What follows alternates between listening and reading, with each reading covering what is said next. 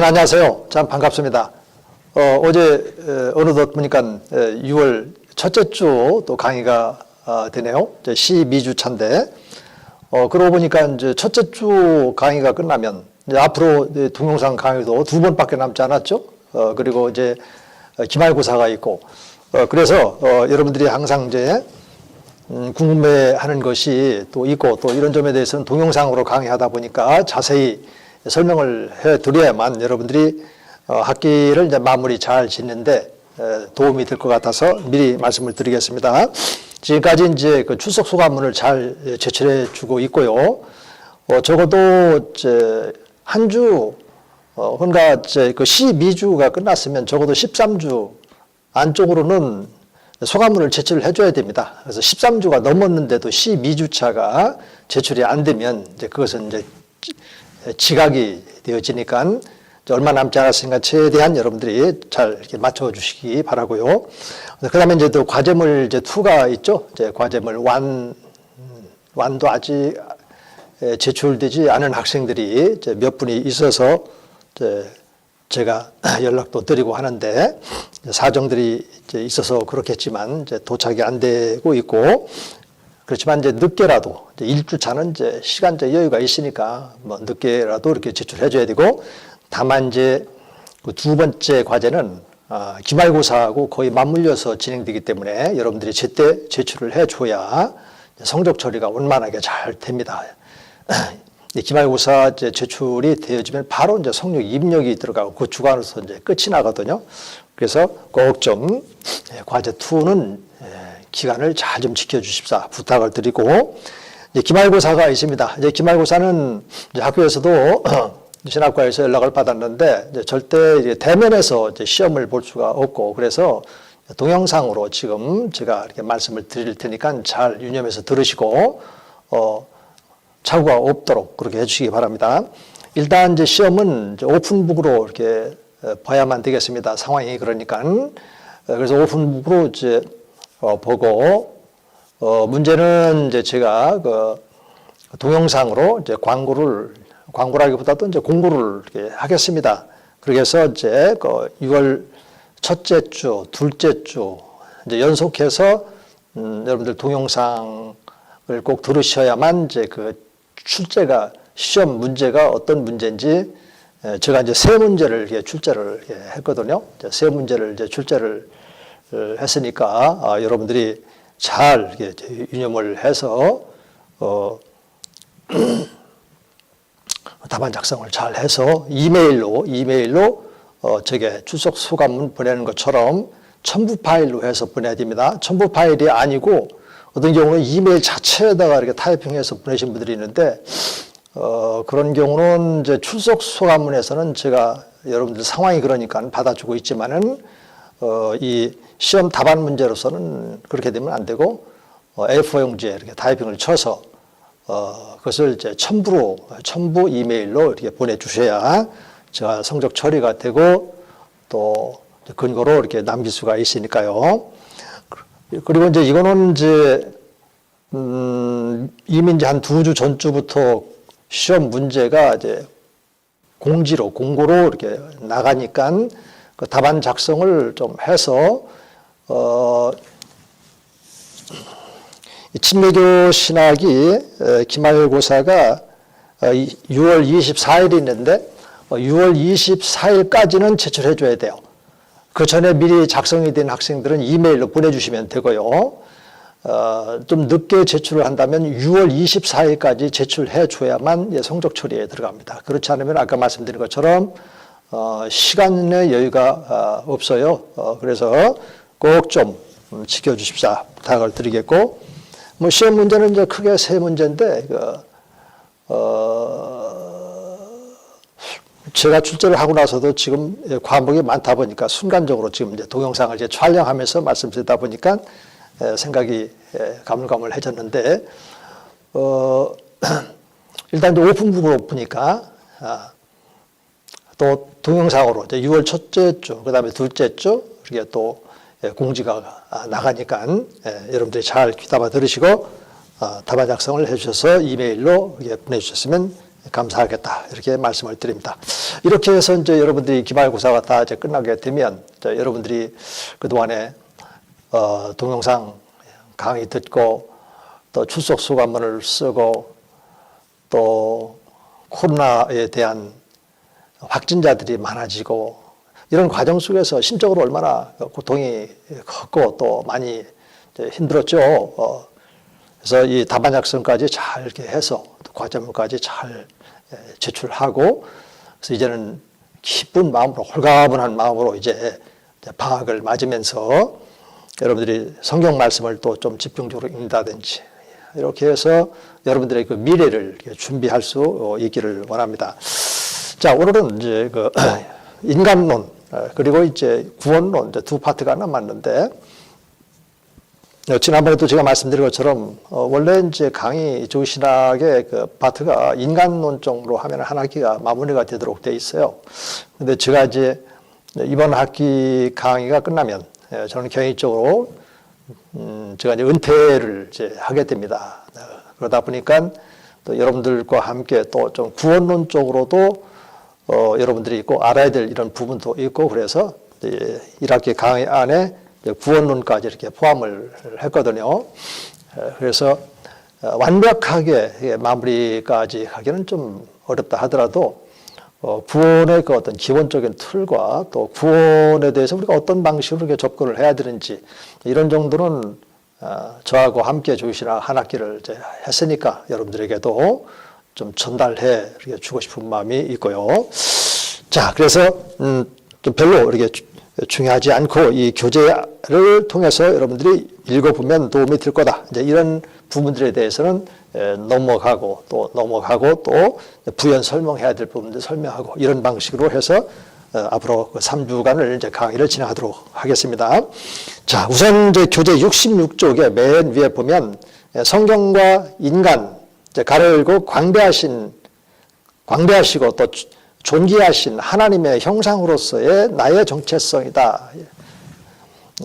항상 여러분들이 지금 시대에는 이 코로나 이후 시대에 더욱더 이런 훈련이 필요한 것은 지금 이제 여러분들이 알다시피 대형 교회든 중형 교회든 동영상으로 또 원격 예배를 지금 하나님께 드리고 있지 않습니까?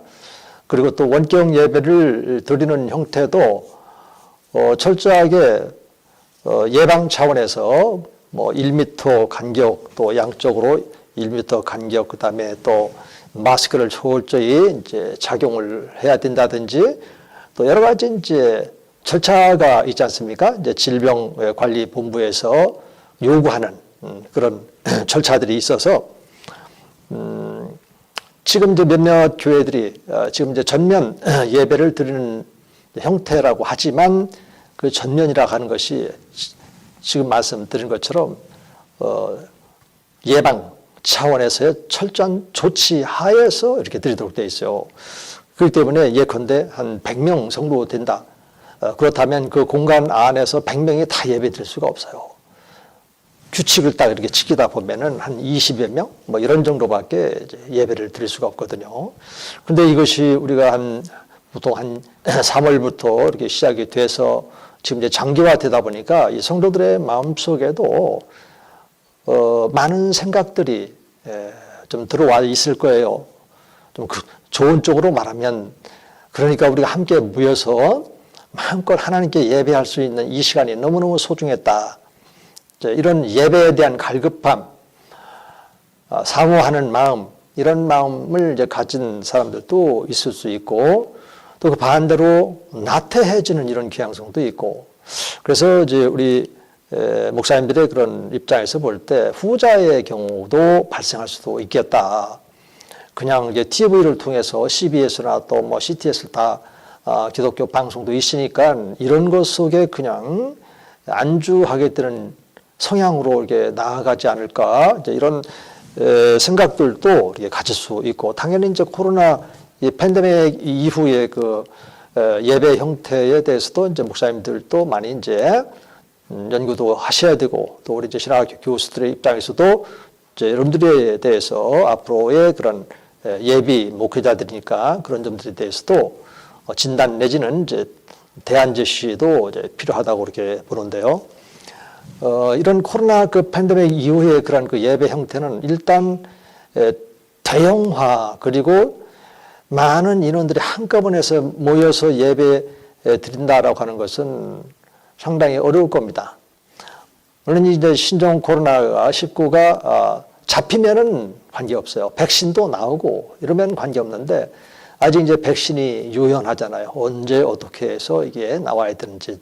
백신이 개발됐다 하더라도 임상 시험 결과도 있고, 그래서 뭐 학자들에 따라서는 이제 기간이 뭐 한 3년도 걸릴 수도 있다, 아니면 뭐 10년도 갈 수도 있다, 뭐 이런 이제 부정적인 측면들도 있고, 빨라야 뭐 3년 뭐 안쪽으로 이렇게 지금 많은 분들이 보고 있는 것 같은데, 그렇다면 앞으로도 한 3년 동안을 어떻게 이 예배 유지, 예배 현상 유지를 위해서 어떻게 우리가 교회를 관리를 해야 될 것인가, 이런 점에 대해서도 생각을 해봐야 되겠죠. 앞으로 한 3년이면 여러분들이 학부 졸업하고 목회 현장에 바로 진출할 수도 있고, 아니면 또 신학대학원에 입학해서 더 훈련을 받을 수도 있고, 그리고 이제 여러분들이 목회 현장에 갔을 때 거의 업비트한 타임에 맞게 되어질 텐데, 그래서 이렇게 말씀을 드리는 것은 이럴 때일수록 하나님께서는 이런 그 위기를 우리들에게 그냥 단순한 위기로 이렇게 허용하신 것이 아니고,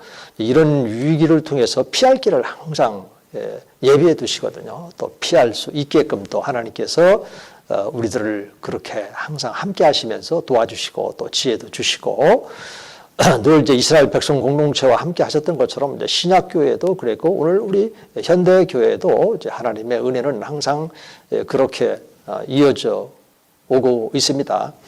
그러면 일단 우리들은 하나님께서 주신 그 하나님의 나라는 흔들리지 않는 그런 나라를 주셨거든요. 그 히브리서 12장 28절, 29절에도 보면 흔들리지 않는 견고한 나라를 우리에게 주셨기 때문에, 여러분들이 이런 때 내가 신학을 했을 때 목회가 과연 가능할까? 이런 점에서 흔들리지 마시기 바랍니다. 왜냐하면 그래서 이럴 때일수록 이제 본질로 돌아가야 되는데, 원래 이제 성경이 말하고 있는 신약교회의 본질은 예수님의 3대 사역에 충실했어요. 예수님은 이제 가르치고 전파하고 또 치유를 이렇게 하셨거든요. 특히 이제 오늘 우리 시대에 필요한 이런 부분들이 이제 잘 가르치는데 이게 많이 미흡합니다. 성도님들이 이런 코로나라든지 뭐 코로나 이전에도 이미 이제 가난한 성도들이 막 나오기 속출하기 시작했거든요. 우리 국내에도 약 한 뭐 200만 내지는 한 250만 명 된다. 또 코로나 오기 전에도 뭐 중형교회도 한 절반 정도로 성도님들이 이제 참여도가 떨어지고 뭐 이미 21세기에 다 그런 것들이 이제 예고가 되어 있는 이런 상황이었거든요. 그러면 왜 그렇게 교회에서 신앙생활을 하다가 교회의 참여가 떨어지고 자꾸 나오지 않는 성도들이 많아졌냐면, 사실은 하나님의 말씀으로 잘 가르침 받아서 하나님과 나 사이 끊을 수 없는 이 견고한 이 다스림 안에 우리가 있다라고 하는 이 사실들에 대해서 말씀을 근거로 해서 그 말씀이 성도들 마음판에 깊이 새겨지고, 그 새겨진 이 말씀 때문에 하나님이 아니고서는 살 수가 없다라고 하는 그런 그 신앙 고백이 나오기까지 우리가 말씀으로 잘 이렇게 훈련을 시켜야만 되는 건데, 그런 점에서 많이 부족했다, 이렇게 보면 되는 겁니다. 그러므로 여러분들에게도 그 희망이 어디에 있나, 하나님께서 우리들에게 주신 그 소망을 붙잡고 인내하면서 준비를 해야 되는데, 그것이 어디에 있을까? 그건 가르침에 있단 말이에요. 잘 여러분들이 하나님의 말씀을 가지고 말씀으로 말씀을 연구해서 말씀을 가지고 말할 수 있는 그런 성도들을 여러분들이 훈련시켜 내기만 하면 그런 교회는 탄탄하단 말입니다. 설령 이제 흩어져서 예배를 드리더라도 흔들림이 없는, 흐트러짐이 없는 그런 예배를 각자가 드릴 수 있잖아요. 말씀을 아니까 그 말씀 묵상을 통해서 말씀을 통해서 또 말씀하시는 그 하나님의 음성을 들으면서 하나님과 나 사이에 그런 그 예배가, 영적 살아있는 그런 예배가 지속되고, 또 말씀 묵상을 통해서 내게 깨달음을 주시는 그 하나님의 그런 그 말씀이 있다면 그 말씀을 붙잡고 때로는 이제 회개하고 자백하고 또 감사, 존귀, 영광 이게 올려드리면서 일반 성도들이 그렇게 되도록 우리가 훈련만 시켜주면 되는 거예요. 이렇게. 그럼 왜 그렇게 우리가 접근을 해야 되는가? 주님께서도 둘 이상 모인 곳에 나도 함께 있겠다 말씀하셨거든요. 그리고 또 이제 가정교회라고 하는 것이 이제 가장 기초적인 거거든요, 이게. 아담의 가정 안에 또 보십시오. 교회가 나오죠. 아담은 오실자의 표상 예수 그리스도고 하와는 교회를 예표를 하고 있거든요. 그렇기 때문에 아담과 하와의 가정 안에서 하나님께 제사를 드리는 그런 사건이 이제 가인과 아벨의 그런 제사 사건을 통해서 보여지기도 하고 끊임없이 이제 그 이후부터는 이제 하나님의 사람들은 단을 쌓고 제사를 드리고 또 여호와의 이름을 부르고 또 이제 다윗 시대로 가면 아예 뭐 찬양대까지 있어서 찬양과 예배와 말씀 이런 것들이 이제 정교하게 좀 상세하게 디테일하게 좀 이루어지고 있는 것들을 우리가 이제 보지 않겠습니까? 신약교회도 마찬가지로 가정에서부터 이렇게 시작이 되어졌어요. 그래서 여러분들이 이런 코로나 사태를 통해서 그럼에도 불구하고 목회자로서의 그런 그 사명을 잘 감당할 수 있으려면 그래서 신약교회를 알아야 돼요. 신약 성경으로 들어가서 처음부터 우리가 어떤 건물을 생각한다든지 그런 게 아니라 한 사람 한 사람 그분들의 그런 그 마음을 우리가 잘 들여다보면서 그분들의 그 마음 안에 하나님 나라가 세워질 수 있도록 오직 우리 주 예수 그리스도밖에 없으니까 이 십자가의 도, 다시 말해서 십자가의 대속사역과 부활하심 이 사건을 통해서 우리가 구원받는 거거든요.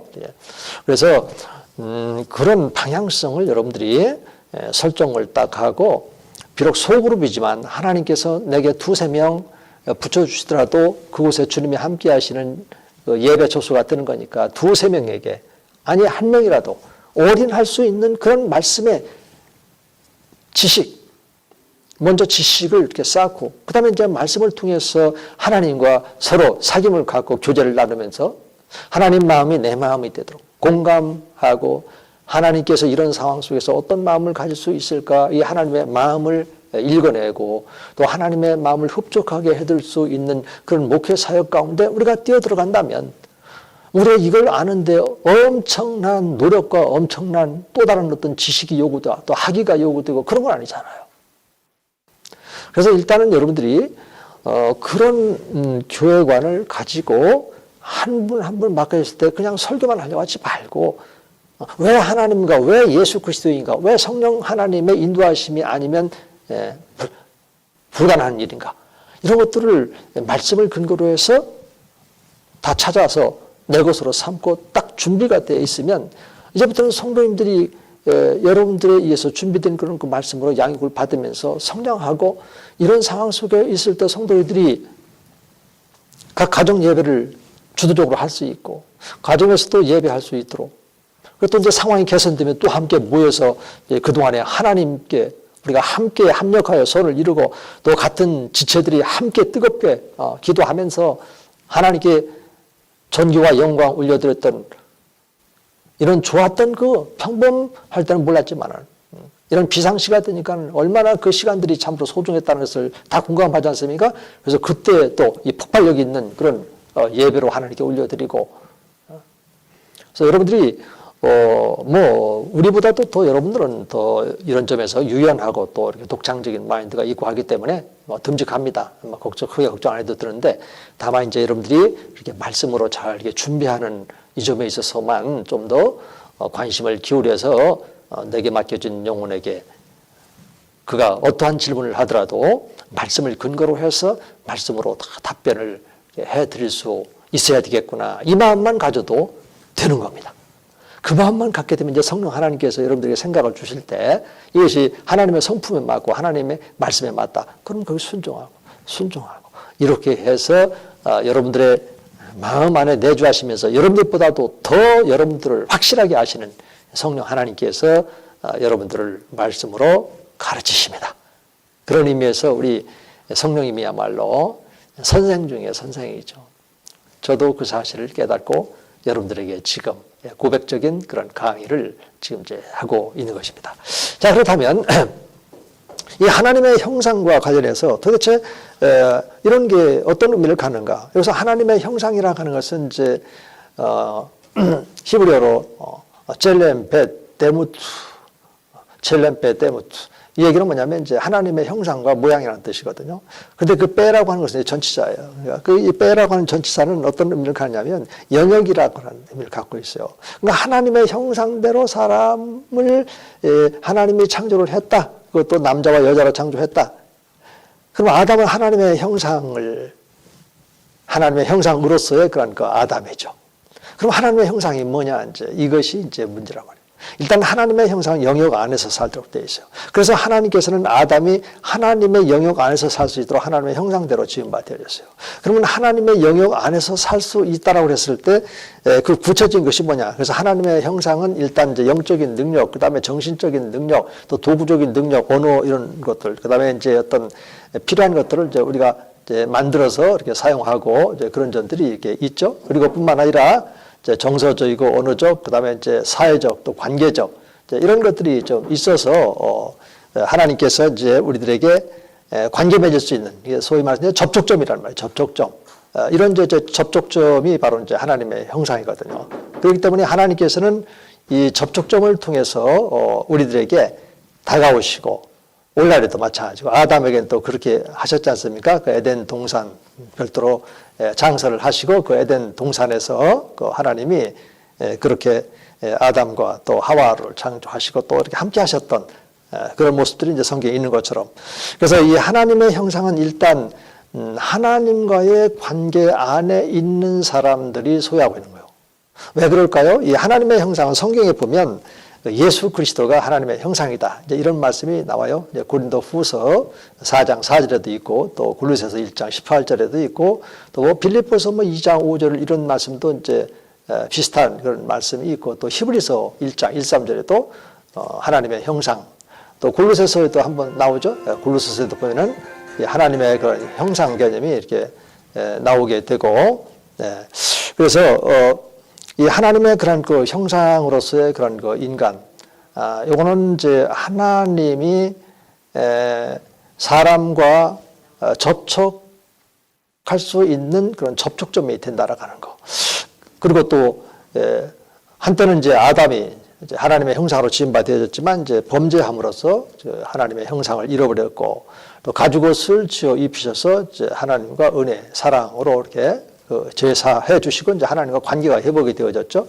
오늘 우리들도 이제 원죄로 인해서 하나님과 관계 상실됐다가 하나님의 형상이신 예수 그리스도를 통해서 또 하나님의 형상을 우리가 회복했고, 그래서 이제 하나님과 여러분들, 우리가 서로 이제 그 접촉점, 이제 하나님의 형상이신 예수 그리스도를 통해서 이거를 이제 중보 역할이라고 합니다. 예수 그리스도가 중보 역할이 돼서 아버지 하나님께 나아가서 예배하기도 하고 아버지께 나아가서 또 기도할 수도 있게끔 그렇게 되어진 겁니다. 그렇기 때문에 이 하나님의 형상이라는 것은 너무너무 소중한 개념이에요. 그냥 우리가 아담은 하나님의 형상대로 창조가 되었다 이렇게만 알고 있으면 안 되는 문제죠. 그래서 여러분들이 성경 말씀을 근거로 해서 이 하나님의 형상이면 하나님의 형상, 그 다음에 이제 영혼 몸이라면 이제 영혼 몸이 어떤 의미를 갖고 있는지 이런 것들에 대해서 명확하게 여러분들이 이제 알게 되어질 때 보다도 우리가 이제 하나님의 그런 그 말씀을 가지고 성도님들을 잘 양육시켜 내면서 이런 사실들이 참으로 잘 알려지지 않았던 건데 이제 성도들도 이런 사실들을 하나씩 알아가면서 이제 말씀에 대한 송이꿀처럼 달리단 이런 것들도 이제 경험할 수도 있고, 이렇게 말씀을 통해서 더 시냇물을 이제 갈급하게 사모하는 그 사슴과 같이 하나님의 품에 대해서 항상 그 하나님의 영원한 그 샘물의 근원이 되는 이제 하나님에 대해서 이렇게 갈급해 할 수 있도록 그렇게 이제 하나님께서는 그 역사를 하신다라고 하는 것입니다. 그러면 이제 이 강의 안으로 돌아가서 이제 좀 차근차근 하나씩 이렇게 한번 이제 읽어 나가도록 할게요. 자, 66쪽에 큰 1번에 보면 이제 하나님의 형상으로서 인간에서 신학적인 접근, 그 다음에 이제 성경적인 접근, 제가 이렇게 이제 살펴봤는데, 일단 이제 신학적인 접근이라고 그랬을 때 우리 침례교 신학자들, 거기에는 이제 뭐 종교 철학자도 있고 또 조기 신학자들도 있고 일반 이제 목사님 계시고 해서 제가 몇 분 소개를 이제 두 분 소개를 하고, 그 다음에 이제 칼 바르트의 그런 현대 신학 자유주의 신학 이런 신학자의 그런 결례도 이렇게 살펴보고 이렇게 했는데요. 여러분 좀 시간이 좀 오버가 돼서 좀 10분간 쉬었다가 제 2강 또 강의하도록 그렇게 하겠습니다.